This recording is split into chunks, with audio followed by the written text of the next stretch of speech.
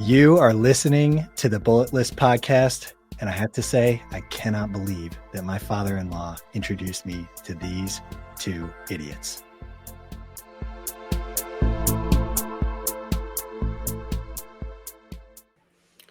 Hi, and welcome back to the Bullet List podcast with myself, and okay, not enough coffee this morning. I'm sorry. So, it's because we have two exciting guests on today. We do. Who do we got? Oh, well, we've got some guy called Stuart, and we've got some guy called Stas. I think Stuart was the guy that called me an idiot. Yeah. Did I actually call you an idiot? Maybe I thought it, Keith, but I didn't actually No. You called us both idiots. Thank you very much. Apologies, gentlemen. I'm glad you had me back. Actually, that's not true. He said we didn't know nothing about anything or anything about nothing. I'm sitting with two guys that know nothing about nothing. I think Well, welcome back. Well, that's the same as nothing is a power because you can learn anything. And actually, two negatives make a positive. Nothing about nothing means you know everything, I guess. There you go. That's the good side. Okay. Thank you, Stuart. So anyway, that's the voice of Stuart Mitchell of Catch the Mice. And we have from VII Events, Stas, with a name that I will not pronounce. Yes, that's why you have me here. I pronounce exactly. my name on my own. So my name is Stas Zaslavsky. I'm co-founder and CEO of VII Events. We are a Metaverse 3D virtual events company started in January 2020. We are doing all our best and we doing what we can to revolutionize creating a practical, pragmatic metaverse that people can use today. And we're very excited about the future and the opportunity. And so glad to be here on your show today. Well, thanks for coming in. And where are you located again? I'm from Israel. Our HQ is in Israel, but we have an international team and we work closely with Stuart, who are strategic partner in the UK and Ireland. He has our boots on the ground. He's our award collector. He collects all our VII awards that we received, several of them in the UK this year and last year. Oh, that would be the Event Tech Live trophy that you're holding there, Stuart. Absolutely. That's the heavy one. And this one here, the Event Professional Community Award, this was, which we picked up just before Christmas. Yes, and several days ago, we also received we made a very prestigious list of Confix International as a top 2022 event technology top 10 list. And I will chime in and say it is impressive. I've actually done, and I'm the biggest cynic in the room, and usually in any room. And I have actually taken a tour of VII of your platform, and it's stunning. Thank you, sir. Yeah, Keith, that's another $20 I owe you. Thank you very much, Keith. Actually, when I get to London in June, just a drink is good. I think it was the Beyond Again or the ABBA a thing you're coming to that we're due to meet up at. Is that right? Absolutely. There you go. That's from last time, the last show we were on, I think it was. Yeah, so I think for all of our listeners, Bob, I think there might be a live show in the cards for that one. Oh yeah, just got to make sure my mum knows how to use Facebook so she can actually watch. Yeah. Well, because that's the only person who is listening. So. If you do a live show, then I can write the whole trip off for taxes. Oh, well, there you go. There you go. Anyway, so are we ready to get into some questions? Absolutely. Well, I'll fall away then. See, there's an awkward silence there for a minute. Okay, so let's start off with some basics. As in, what do we actually mean by the metaverse? And I'm going to add on that question because I think everyone knows that we talk before we go live. And that was actually one of the things we were kind of talking about is I think everybody and every company out there has a different definition, and they're all trying to sell us something that isn't right what the metaverse should be.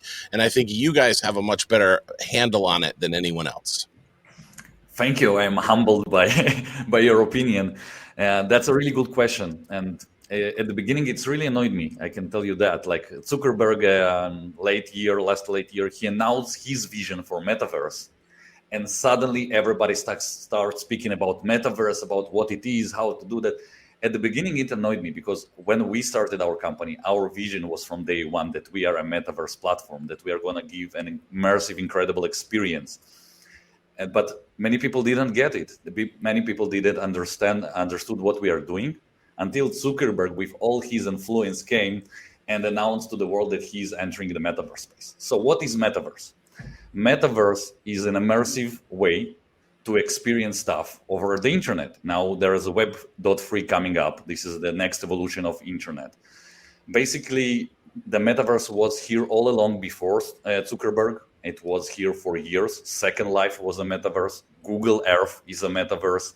And many, many other experiences that bring physical places or imaginary places in an immersive 3D way, virtually, to people to experience in a very engaging way. That's basically a metaverse. So, quick follow up. So, with all the kids, all the youngins, in games like Minecraft, that basically is the metaverse. That's a gamified way of a metaverse. It's not business related so far. Who knows? Maybe they'll decide to enter the business world and solutions for business enterprises and etc. But yes, they're in the gaming. GTA, it's also a metaverse. Like every world that you create that is immersive and brings the experience to attendees in a way that it almost like as far as the technology goes, it go beyond in a way that you will feel like you're in a matrix. Like, there's going to be hard to differentiate reality and the virtual experience. That's what's going to be the next evolution of metaverse. So far, it's, closely imitate the physical places virtually, but it's not that immersive yet as to what it will be becoming next years. But probably we'll touch the topic soon. So can we one of the things I've noticed is that when Facebook ever does talk about metaverse, you often see pictures of people with headgear, with mobile phones mounted on something or big pair of goggles, and then you watch them falling over chairs and stumbling into walls and stuff. So when we talk about the immersive experience, is it what we see on a screen or is it headgear? I mean, what is the hardware? What is it that allows immersiveness to happen? That's an amazing question. So first of all, we understood that metaverse is an immersive experience. And your next question is what hardware you should use to feel that experience. Now here it's got tricky because if you ask there are so many different metaverse companies, like Cave said, each one of them has their own view on what is metaverse, what is exactly metaverse is. Facebook, apparently they decided that you must have VR glass sets and you need to experience it through Oculus or Quest, that's their gear, and they're promoting their vision. But does it really necessary that that's the future, that's the practical application of metaverse? I believe not. I believe it will be in a couple of years when the gear will reach the point where it's affordable. One thing, affordable, it's expensive now. Second, it will be much smaller and you will not lose orientation in space once you put it, and you will have nausea and some bad experience. Like it cool for 10 minutes, the VR set. But imagine sitting 4 hours or 8 hours on an event when it's all virtual glasses on your head. It can be dangerous to your health. You probably can injure yourself, and it's very not practical. So there is practical applications of metaverse today. I consider myself and my company as one of the practical, pragmatic uses of metaverse today, which will not require any specific hardware. You don't need VR sets to experience our platform. You don't need any additional equipment. What you have, tablet, laptop, mobile phone, whatever your device you own, you can experience our platform, and you experience it in an immersive way through regular equipment. Once the VR sets will reach the point where practical, we're going to be the first to adopt them and make a practical use of it. I hate to use gimmicks just for the sake of sale, because then you make a bad name for metaverse. You give people a bad experience. They participate in some event that wasn't good enough because the experience, the hardware wasn't good enough. Then they think that all the rest of the platforms that are in the metaverse space not good, and that's not the right conclusion. Stuart, do you want to add something? No, I think you're absolutely right. I mean, I my father is an elderly man, and I put some goggles on him recently, and that was a whole new meta experience. and very freaky. We were talking about how I can be a little down on the metaverse, and that is the reason, right? I don't see a 50-year-old, event person sitting in their living room for 8 hours wearing, Oculus goggles. I'm a tech guy, and I'm in those things for 15 or so minutes, and I'm like, okay, that's good, get them off. So you're right, and I don't think it's going to take off, at least on the headwear side, until we figure out how to make your regular glasses, or a very light pair work. Yeah, and not just that. It's not just about the weight. Have you tried to type? Like, obviously, it's cool to put the glasses and look different locations in the VR headset. It's again cool for several minutes. But have you tried typing using the VR Oculus glasses? I was trying to type the URL of our event, just the URL, and I lost my patience. Like, I lost it. Now imagine you want to chat with people on the event and you need to a lot of typing. It's not practical. It's so hard. I just decided to forfeit the effort when I tried it. So there is a lot of technical issues that need to be solved in order it to become practical. And you're absolutely right there, Kev.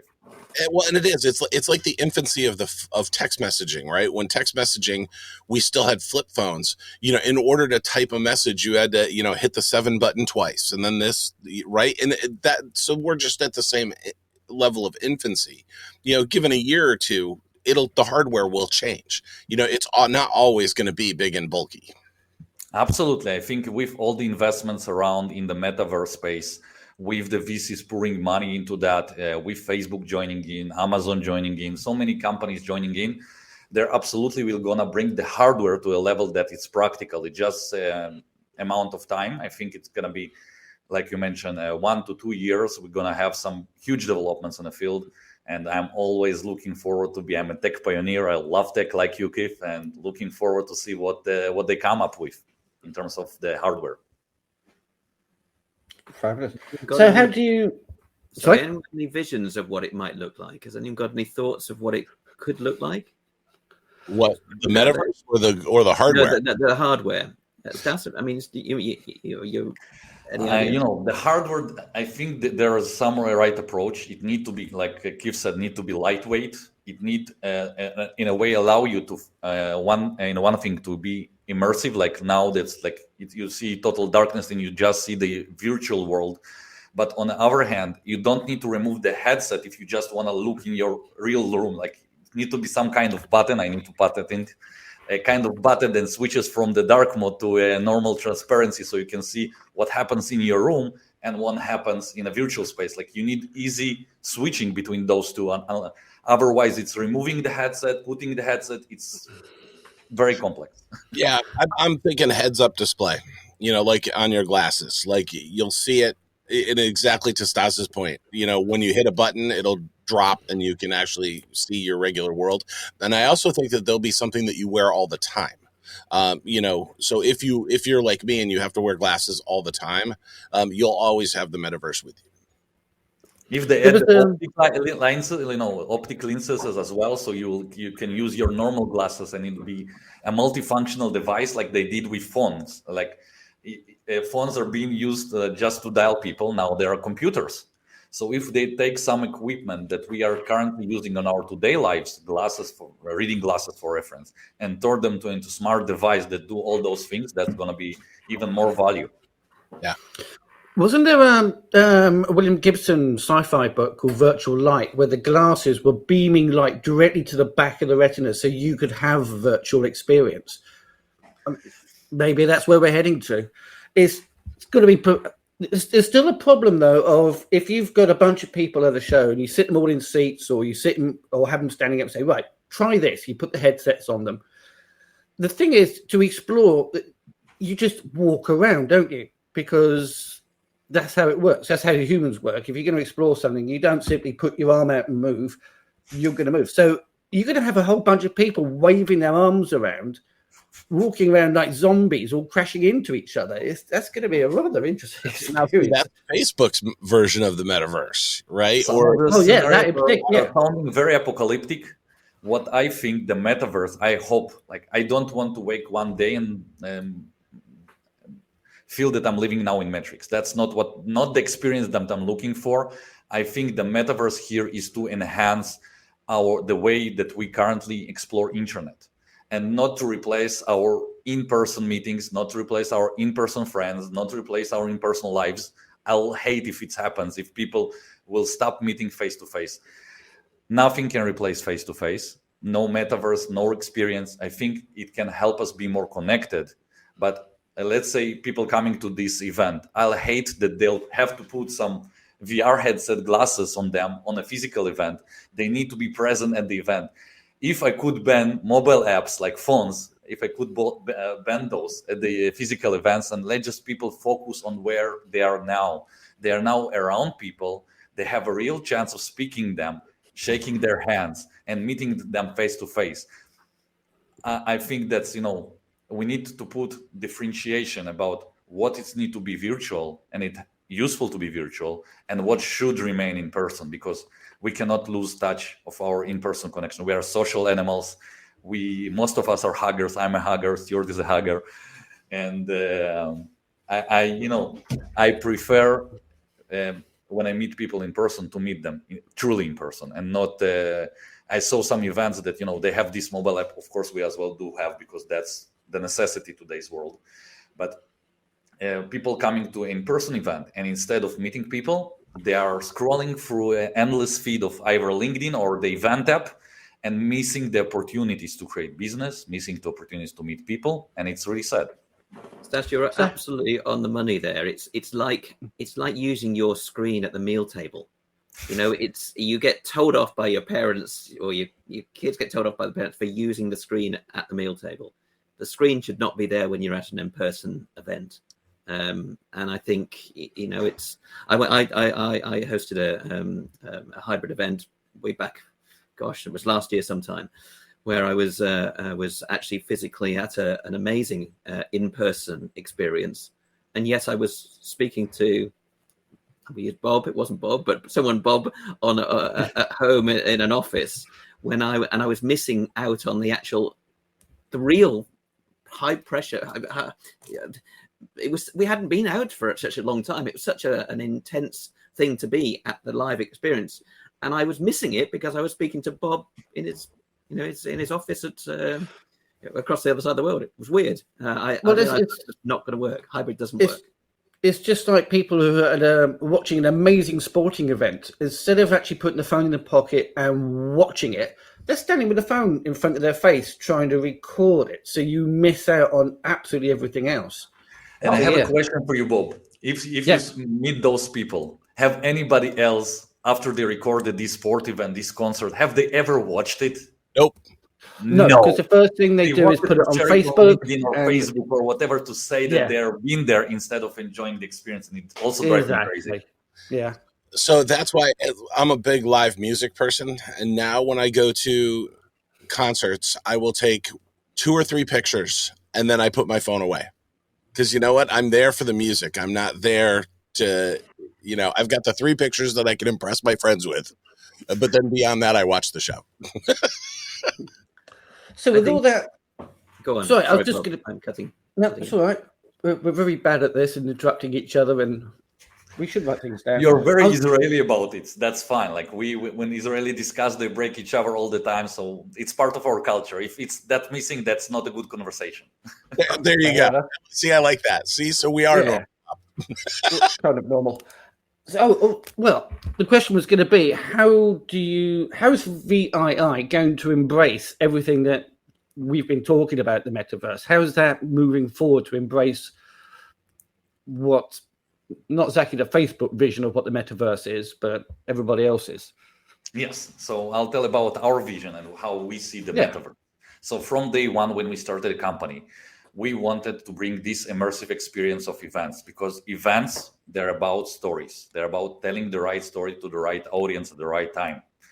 And what we saw in the event space, that many platforms, they're great platforms on their own, like Hopin, Swapcard, Glisser, many others. They are great. I love them. And they pivoted the way, I think, for the next metaverse generation of platforms as well.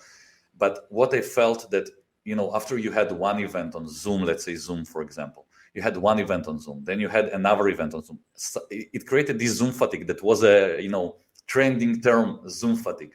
Because why it was a fatigue? Because everything looked the same. There was no storytelling. There was endless content, endless conversation panels like we are having now, but without the experience. There was no storytelling in it. So when we established our company, for us, the goal number one was creating an experience, creating a story. Our graphics, it's not just a pretty face. It tells the story of that event for that specific customer. It brings their values, their brand, life as much as possible. And what it does, additional things for hybrid events, it allows the virtual attendees to experience something beyond the content, to experience what people are getting in full abundance when they come to the in-person event. Like, hybrid events for the virtual attendees can feel sometimes like they came to the airport and then the airplane took off and forgot them at the airport. And what we do, we try to avoid that. We try to give them as better experience virtual as possible. So if, let's say, we are doing an event, our own event A to Z is happening on March 7th in St. Pancras Renaissance Hotel in-person event. So we created this hotel in our Metaverse platform virtually. We built the hotel, the 3D model of hotel, the rooms and etc., all the areas virtually so people can experience that. Now, does it replace the physical hotel? No. Never. But it entices the virtual attendees. They're getting the experience and they want to visit that hotel in person. That's the right combination when Metaverse serves its purpose in a right way, in a practical way. People come to it, see the content in an engaging way in a story mode, and they want to come and meet each other in person. They want to visit those places that we showcase on our platform in person and create a human connection. That was our vision from day one. And that's what we are doing. Well, and I think you said it really, really well when you were like, the environment itself is meant to break up the content and the monotony. And that's actually, believe it or not, a way I never looked at it. And you're absolutely right. When you're in your 3D environment and you can move through it, just like at a live event, you can go stand in a corner if you want and not interact with anyone and just kind of watch. Or you can actually be part of what's going on. And that was it. Thank you for that. Because I had actually never really thought about it like that. So I like that. Thank you. From my perspective, it was really interesting when we came up with the concept of 3D modeling, the Renaissance St. Pancras Hotel, because my background's live events. And it's exactly the same process. So what Stas and his team did was they modeled they built the building, they modeled the infrastructure, they produced a render of the Hansen Hall, which is actually inside the building itself, and 3D modeled that hall. And at that stage, it was an empty hall, exactly as you'd have in a live event. It was an empty space. Then they put in the round tables, then they put in the stage, then they put all the people into it. And it became like we're building a real event. This is actually live eventing. And then we invited the guest delegates to it. And we're now using that space on a regular basis to engage with the community. It's been fascinating to see it from start to finish from a project perspective. And it's being used on a regular basis. So long may this continue. And it's amazing how we grew the community. Like on our first launch, we have a soft launch. We made a virtual event on the 20th of January, where was only virtual, like no in-person element at all. And there was about 600 people joined us virtually from all different parts of the world, mostly in the UK, because it's virtual London. It's A to Z virtual London, hybrid London. So most of the audience was from the UK, but some people from the United States as well. Then what we decided, we are not closing the gates. Each 2 weeks, we are making a live, both translated on LinkedIn. So you can watch it on LinkedIn Live. You don't need to enter our platform for the content. But if you want to experience more features like networking, Q&A, talk with the sponsors, see different demos, then we invite you to join our platform. So people both experience us on LinkedIn and both on our platform. And we grew our community from January till now we have 3,000 virtual attendees that come and go on a regular basis. Like some of them join us at certain meetings, some of them not. But we have a community of 3,000 people worldwide now. And on the 7th of January, 7th of March, and I think it's very soon now from the time we are speaking now, we're going to have the in-person event in London, in Sun Prime International Hotel. The same day it's going to be virtual, so it's going to be a full hybrid event. And we selected the top speakers and selected the top guests. We're going to have a very small in-person event. It's going to be 35 people, only invites. Like we invited the top of the industry and thought leaders to have a very intimate conversation, as COVID safe. I know COVID is now on retreat, but for me, it's still very important that people that come, that they will be not harmed in any way. As they entered healthy, they will exit my events safety, healthy and safety. So we are creating a small event for those 35 people in person, which we'll gladly meet. And the rest will come virtually. And then, we will continue to grow all over the year and be connected with people all around the year, like 605 days a year. We'll have this community working, learning. And the most important thing for me, I know it's my platform and I'm in a business of selling it, but for me, the most important thing is to provide value first. That's why my competitors invited. I saw many of my competitors joining my event and my platform. I welcome them. That's why people, not necessarily if they're my customers, maybe they're working with the opposite platform. I welcome them to ask me questions and learn from what I can share with them. It's all about providing value first. If you do that, the business come along. I'll tell you what else we did. And I keep on singing the praises of this fella here, but we did an event last year. The very first time I actually spoke at one of Stas's events was back in January 2021. It was 2020. Was it 20? No, 21. And Stas did an A to Z Paris in virtual Paris. So we had and actually when I looked at that platform the very first time I met Stas 3 months beforehand, and I saw that platform which was launched in 2021, and I was blown away by it. It's weird actually when you look at it now, because it was second generation or third generation. We're now a seventh generation. I think we are. We are now on the 6th. Just yesterday we released our 6th version. Back then it was our 2nd version of the platform. So but it now looks a little bit dated. But it was a phenomenal roof terrace with the Eiffel Tower in the background and amazing graphics and again great content. Because I was speaking at it, of course. But it was back in 2021 and this platform stayed open all year or last year. And so I don't know where it came from, but we were having a conversation. Wouldn't it be great to link the two platforms, to have a virtual flight with no carbon emissions between London and Paris, and link these two metaverses, if you want, these two communities together? So Stas is the crazy one. I'm the one that comes up with the idea. He delivered it and created our own airline, or the VII airline. And it's VII and Catch the Mice Airlines. Thank you very much. A good true partner there. Yes, great to see my livery on the plane.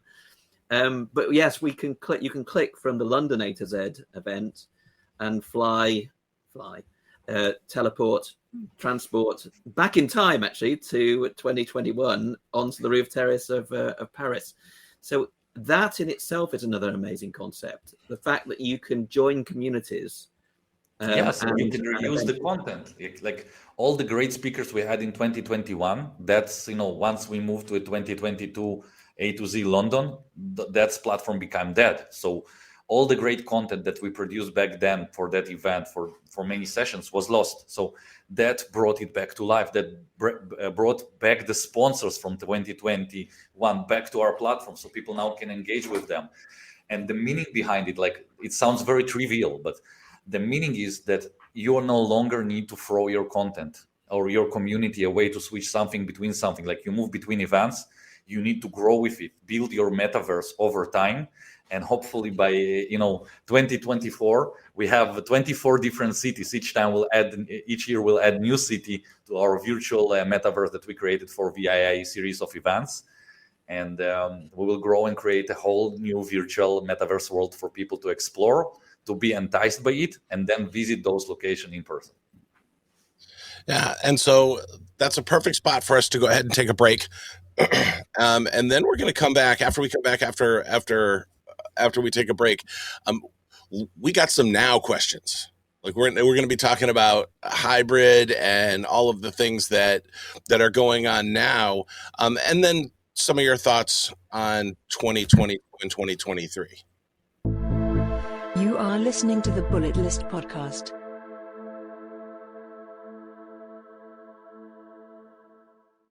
So welcome back after that break, and we're going to continue talking about we're going to talk about some of the challenges facing planners when it comes to the hybrid event world and the metaverse.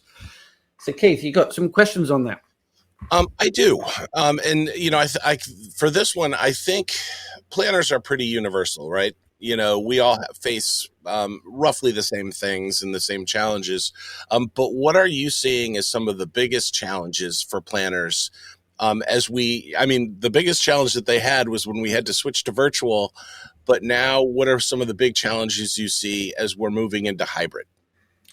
And that's a great question. And I can tell you, Stuart, do you want to go? I would love to go. I think you answer in I'm going first. That was good. I think what we're seeing in the UK, because we're possibly leading the way with the vaccines and things like that. I'm seeing all event planners wanting to go back to live. There's no question about that. If they can, they'll drop the virtual.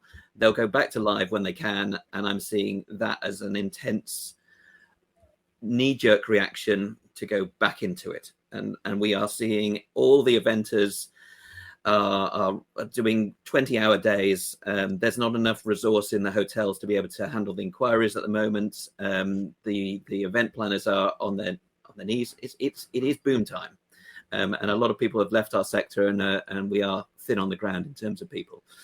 Whether that will remain the same is a really difficult one. I have a feeling that as the rest of the world unravels and catches up with the vaccine program, that will inevitably be the first knee jerk, but then it will come back to actually we learned some stuff while we were in lockdown. We learned that virtual can save our carbon footprint. There are things from a sustainability perspective which we can benefit from. So I think there is a balance there. Keith, sorry. Planners to go. I think you're right. I think that there is the knee jerk reaction to go back to only live, but I actually think I think we're getting to the same place, but I think it's actually going to be the attendees that are going to make them need to go to have a virtual or a hybrid component, because they've realized, and I've said this a million times, they don't have to miss Timmy's baseball game or little Clara's soccer game, right? They don't have to miss that in order to get the experience. And so not every attendee is going to go rushing back to the live experience. And I think getting sign-off for travel budgets is going to be an absolute nightmare. I think it's going to be scrutinized to the nth degree. And again, that carbon footprint is going to be scrutinized. I want to rewind it a little bit back, the whole idea. So yes, people doing, very radical stuff. First, we went all virtual. Now people are looking to go all in person. But that's because people missing a crucial point. Nothing should need to replace one or another. They're complementary tools. People will, over time, in my experience, they'll understand that, if you go, I don't know how many years back, people haven't done websites for their events. Some like 10, 20 years ago. They said, why I need a website? I'll call all people via the phone and invite them. So things evolved, and I think we already surpassed that point when we evolved into a digital era of events. Now, it doesn't mean that virtual events, hybrid events will replace in-person events.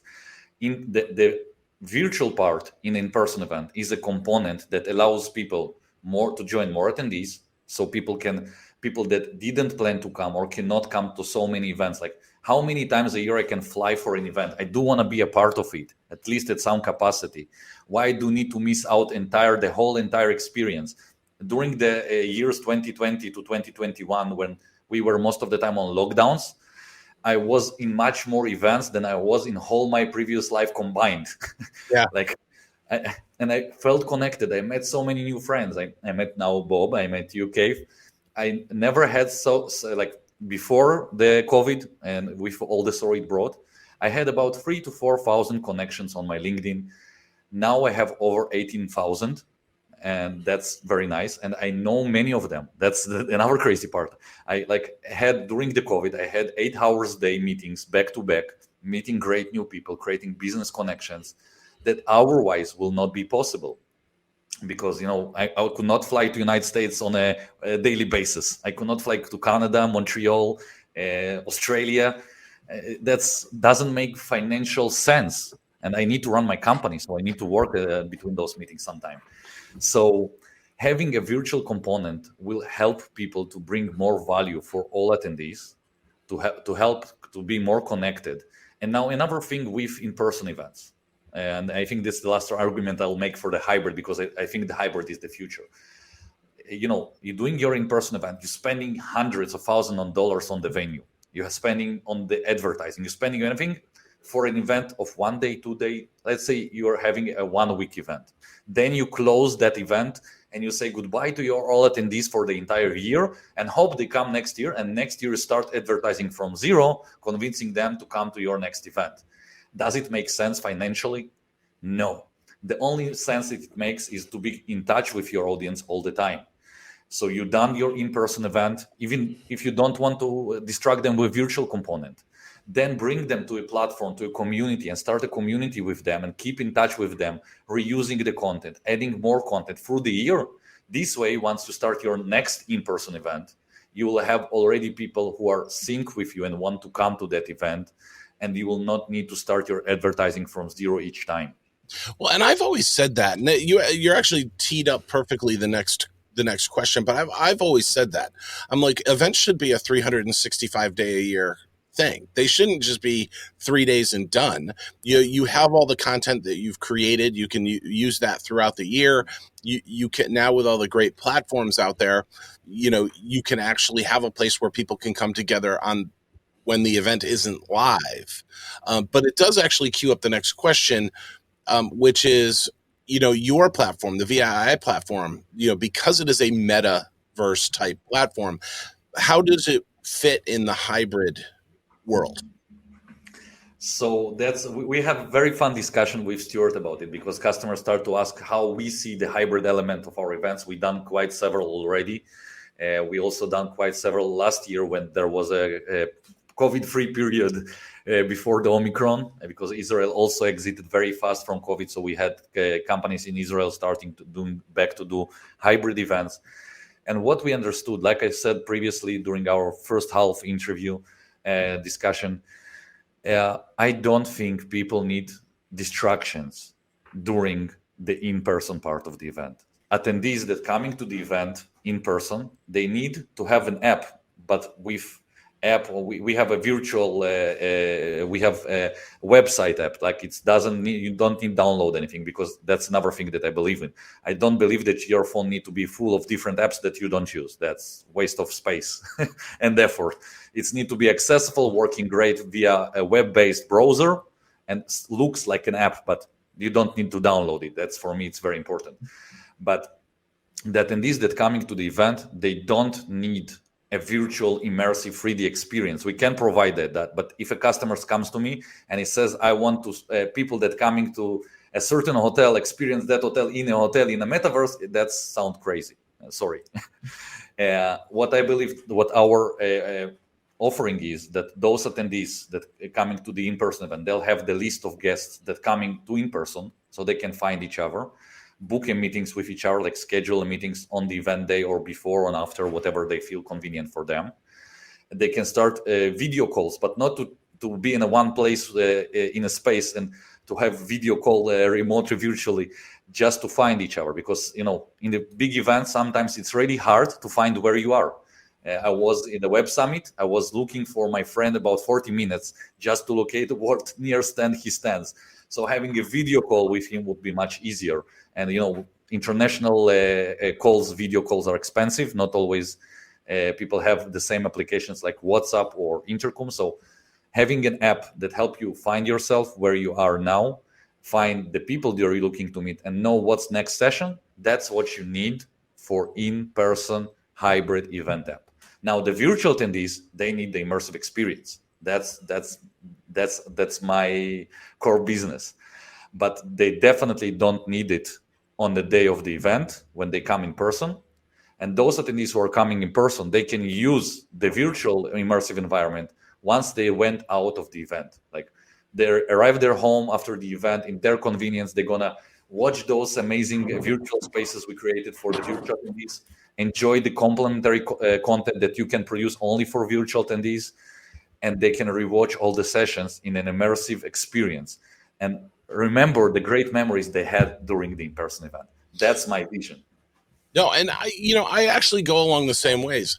There are so many people that think it's really important, that you mingle the two audiences, so that the in-person and the virtual need to be seamless together throughout the whole event. And it's like, well, no, that's like putting a streetcar and a race car on a track and having them interact.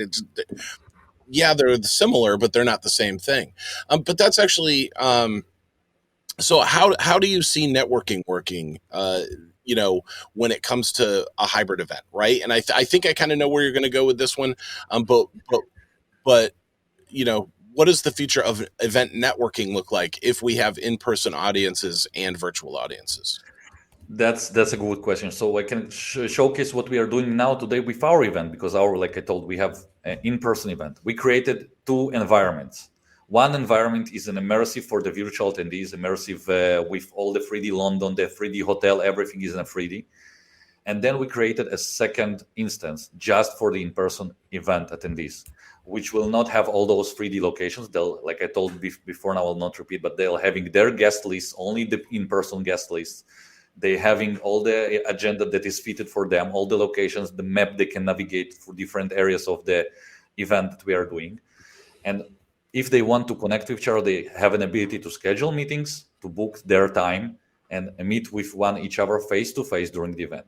Now, we also opened an access for the in-person attendees to join in the virtual one, but the way we advertise it, we say, please restrain yourself and focus on meeting the in-person attendees first. Don't go and create terrible experience for yourself and terrible experience for the virtual attendees, because you cannot keep at the time. People will, you're speaking through your phone with some virtual attendee who's sitting in his home office. The connection might be bad. The timing might be bad, because you might be approached by some person who trying to have a physical conversation with you now. He might be a potential buyer. He might give you a solid advice, and you're missing that out. So restrain yourself. Once you finish the event and the in-person event part is over, go and join the virtual platform with all the virtual attendees and start building connection there and entice people to meet you in person on the next event that we'll do in person. That's how I see networking.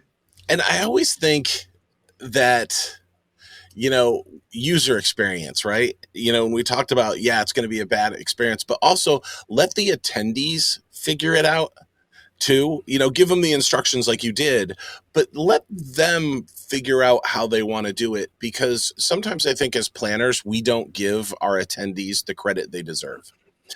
Meaning that if you put the tools out there and the tools are easy enough to use, they'll figure out the best way for it to work.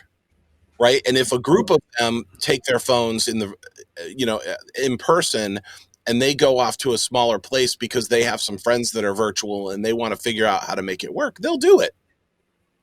No harm in that. But again, it's very vital for people to stay focused and at the certain point of time where they are now, and not miss out on something virtual when they have the in-person opportunity of meeting real people. That's how I feel about it. Sorry, maybe I'm old-fashioned and I'm into virtual event tech, but I believe in human connection. So another thing that we do for networking, and it's very, very innovative, but it's in a virtual space. Once the event is over, and we have regular networking days.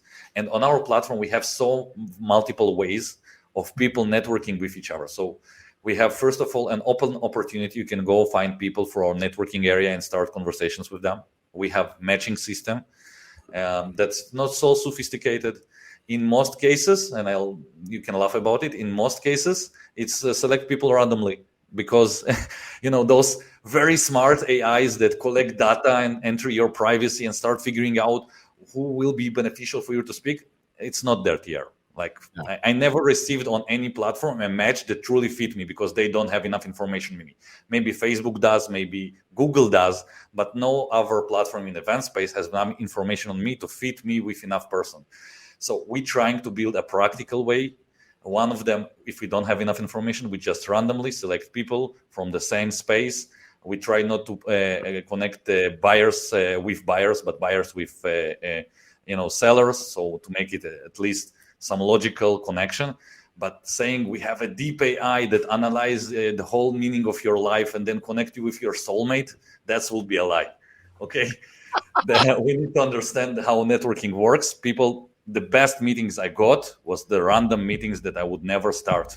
That's my opinion. Now, so we have this random mechanism of networking. Then we have group roundtables, so you can meet people in roundtables and panels and discussions, and then start separate conversation with them. We have public chat, so people can start a conversation through a public chat by being in the same session, start typing each other. And then we are arriving now to a cool part, two cool parts. One, we have our own virtual escape room. So on our platform, we have a 3D agent. We use that same engine and created a 3D virtual group escape room. You go into a group of 5 people, like you enter a pool. You enter to a pool of 5 people, and through hundreds of people that join, you selected with your group, and you start mingling with them and networking and getting them to know each other through gamification. Like there is some funny story goes around in that specific escape room that you're joined, and you start building a connection and networking through solving riddles together, through seeing funny moments. And it's an ice-breaking moment for meeting total strangers, or the opposite, building lasting relationships with if it's an employee event, with your teammates. So that's one of the coolest networking features we have. And another one, we have integration with Twine. Twine is again a very cool company, US-based, and we have seamless integration. You don't need to register for Twine, but you can access it through our platform. And people randomly meet with each other. And like I told you, some of the best conversation I had was a random meeting. That is random actually does work really, really well because we're all in the same space, right? It's not like you're putting a mechanic with a baker, right? It's, we're all in the same space, so we can always find something common to talk about. But as we now that COVID is, knock on wood, hopefully the world doesn't end in a fireball in the next few weeks because we're finally getting out of COVID. But if we make it to 2023 and beyond, what are some of the innovations? What are some of the things that you see happening to make virtual, hybrid, and live events a little bit better into this? This is your crystal ball time. What do you see coming down the highway? I love crystal balls. I always try to be, some people say a lot of time to me that I'm ahead of my time, because when I started in 2020 speaking about Metaverse, and we called it 3D virtual events, people didn't get it. So I was trying to preach something that people weren't ready for before it. It happened to me on several occasions in my life. And in 2005 or 6, we created a first mobile app before there was mobile apps. And people say, why would I want on my mobile phone something that is not connected to calling people? It was a strange question back then. So I hope this time I'll make some cool prediction that people will do understand and they'll come true. So the first one, I think that the AR, like we spoke about VR glasses, AR is augmented reality. I think augmented reality is even much more cooler because it doesn't disconnect you from a physical world. It connects the physical world and it merges to a new world that is combined. And I think this is much cooler. Imagine you going to an event, in-person event, and you have these cool AR glasses, which is, by the way, even today, they are much more lightweight than what is VR headset. And you look at Bob and you look at Keith, and that it says to you, oh, you have him on your LinkedIn profile. You have connected in the past. It pop-ups the last conversation you had with Bob and Keith, and give you a background so you remember them. And then when you meet them, there's less awkward situation going in. Oh, I remember you from LinkedIn. So there's so many cool ways that AR can enhance the in-person experience, creating next-gen event experience for all attendees. It can be involved in sponsor, instead of everybody seeing the same advertising, it can be personalized advertising for your interest. When a session starts, it can customize the session. Like, imagine you go into the auditorium to watch a live streaming. Let's say that's hybrid event, but some speakers come live and they are coming from a virtual place. That's happening in hybrid events today. But imagine you go and you are a digital marketer and I'm an event professional. And there are two different speakers that are going to give the session. And when you watch on the screen, you see different person. Everybody watch the same screen, but they are seeing the relevant person who's speaking to them about their content and not some generic, they're trying to fit all the audience. So you can make the content much more personalized to the experience of the person who is coming to experience it. And that's one prediction. I'll chime in on that because we actually did, just for fun with a client a couple of years ago, we did an AR thing where we put pictures outside of each session room. There were only 3 session rooms. And when anyone walked up to it and held their phone up, they had to get an app, of course, because at the time that's how AR worked. But if you held it up to the sign outside of the room, it would pop up the YouTube video of this next speaker saying, "Hey, welcome to my session." Right? Today we're going to talk about this. And so people could walk down through the hallway and just hold their phone up to the different signs, get a little preview of each speaker. And again, that's on a really limited scale, but I agree. I think AR is going to be very cool. Sorry, you were going on to your next prediction. Sorry. So yeah, AR is going to be cool. Absolutely. I think AR has much less road to go than VR. VR, we discussed in the beginning of call. I hope that VR hardware will improve and it will become practical. So we're going to see more use of VR. I'm eager to see how it's developing. I can sign on it that I'm going to be one of the first who going to use it, but only when it's become practical. And the third one is also a very cool thing, very futuristic thing that is happening already today. Apparently, on some events, you can hire a robot, a physical robot. And let's say the event is in the United States and I cannot fly there, but I want to experience the event physically as much as I can. So you are attached a camera on your belly, on that robot's belly, where everybody can see your face and robot's head. And you drive around, you have a camera, you can watch people. It's still a little bit creepy, but the idea is so cool. To physically move in some remote location, start conversation with people. It still have ways to go to become affordable and effective, but it's a cool idea. That is cool. Stuart, I have a quick question for you. It is related to everything we've been talking about. You'll catch the mice, so you have the hospitality experience. How do you feel that they're taking up the metaverse? Is there any movement there? Or is anybody doing anything? That's a good question. I think the only thing I've seen in hospitality is everyone using the QR codes for the menus and things like that. So you're almost accessing a virtual world when you're looking at your menu these days. I think there is a lot of tech that needs to be integrated into that.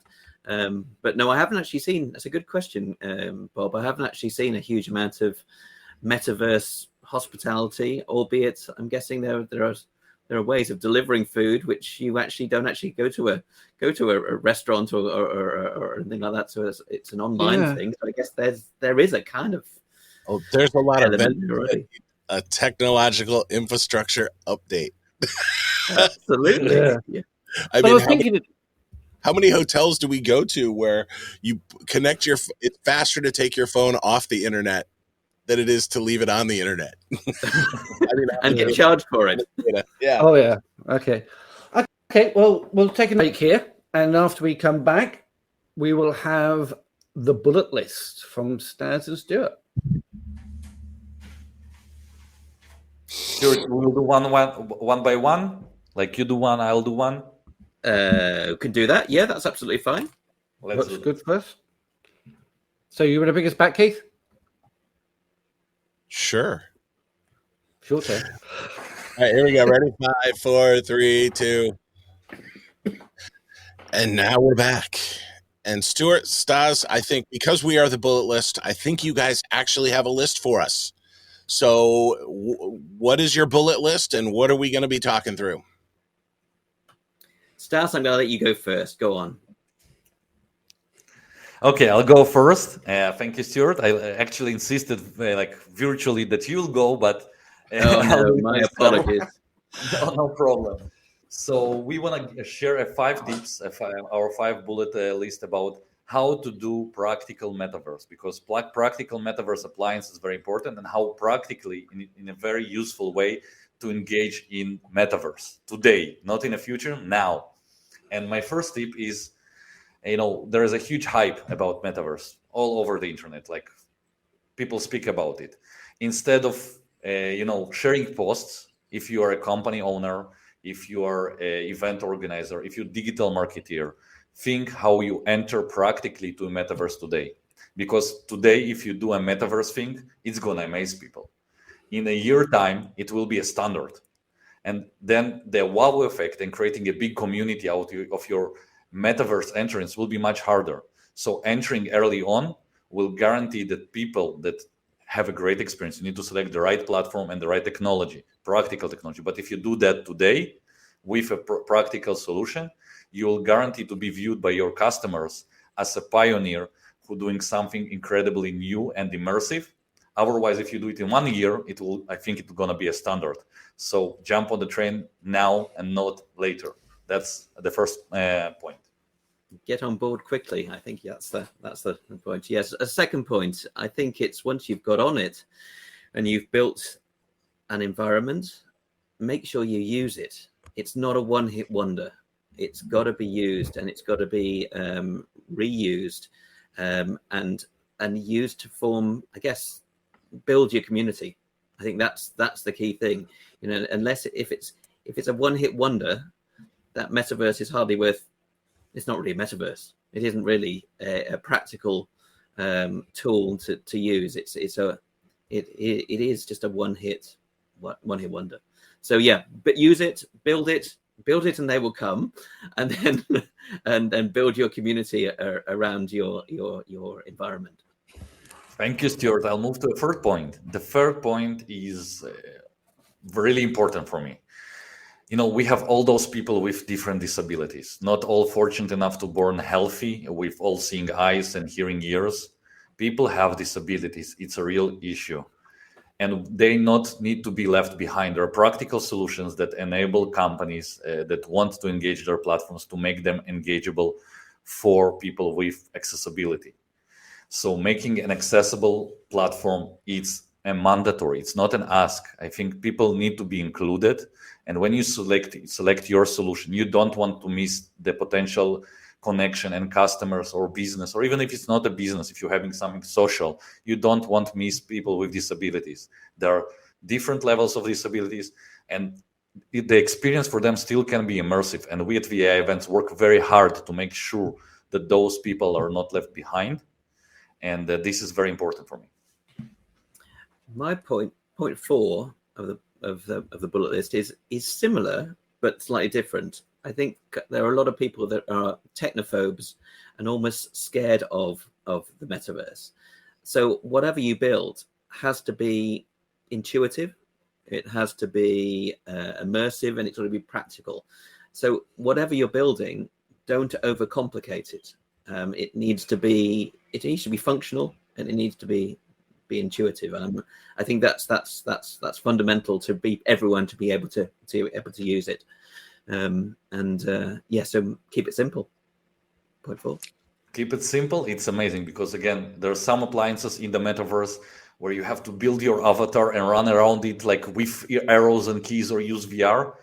It's not there yet. It's not functional in the way that people want to use it. The experience needs to be clear and simple, like Stuart said. And I'll moving to a next and final bullet. And that's, by the way, Keith, you mentioned back then a pain that event industry feels when doing hybrid events. The same goes for a metaverse. That's the same pain. I want to touch that now in the final bullet, on a final tip. people, the event organizers, digital marketeers, instead of focusing of their goals, what they're trying to achieve by using a metaverse, by using a virtual platform, instead of that, many of them, unfortunately, focused on feature comparison. Instead of building a strategy and understanding user flows, attendees flow, they are asking, and I see a lot of technical demos of my team, how your Q&A feature work. Can I mark upvote the question or downvote the question if I don't? So small details of how the feature works, that's what worries them. That's not the right thing, because you need to understand what your business goals are and how that platform that you're selecting help you to achieve that goals. And then be concerned about a certain feature if it's working in a certain way. You need to be concerned with your marketing, how you're going to advertise your event. And then only be concerned with something like, very trivial. The features are important. I'm not downgrading on the features. The features are important because they enable you to bring your vision to life from the technical perspective. But if you lack the goals from the high perspective, no feature will help you to run a successful event. You need to understand your audience. You need to understand the flow of the virtual event, and then use practical tools and their features to do it, not the opposit way around. You're saying plan your event. Is that what you're saying, Stas? Plan your event is very important. Yeah, and you have this amazing ability to turn my 20 words into one word and cover it better than me. So thank you, Stuart. Apologies for that. It's a unique skill you have, and I love you for that. Well, and I think that's actually a perfect way to bring us home. So, Bob, you want to close us out? No, not really. Well, you are. I enjoyed you so much. Okay, well, thank you very much, Stuart and Stas. It's we've been going about just over an hour now, and it's could have gone on much longer, much longer. It's been fabulous. So thank you very much for taking part today. It's brilliant. Thank you. Absolute pleasure. Thanks for having us both. All right. I so much enjoyed this conversation. I'm looking forward for any future opportunity to meet you virtual or in person. Thank you for listening to this episode of the Bullet List Show. You can find more episodes on our blog at bullet-list.com or on your favourite podcast platform. The blog has an RSS feed so you can keep up with the latest news. There's also a podcast RSS feed if that's what you prefer. Both details can be found on the blog. Finally, we have a Facebook group where we welcome your feedback, ideas for topics, and suggestions for guests. Please come and join us. We're looking forward to seeing you there.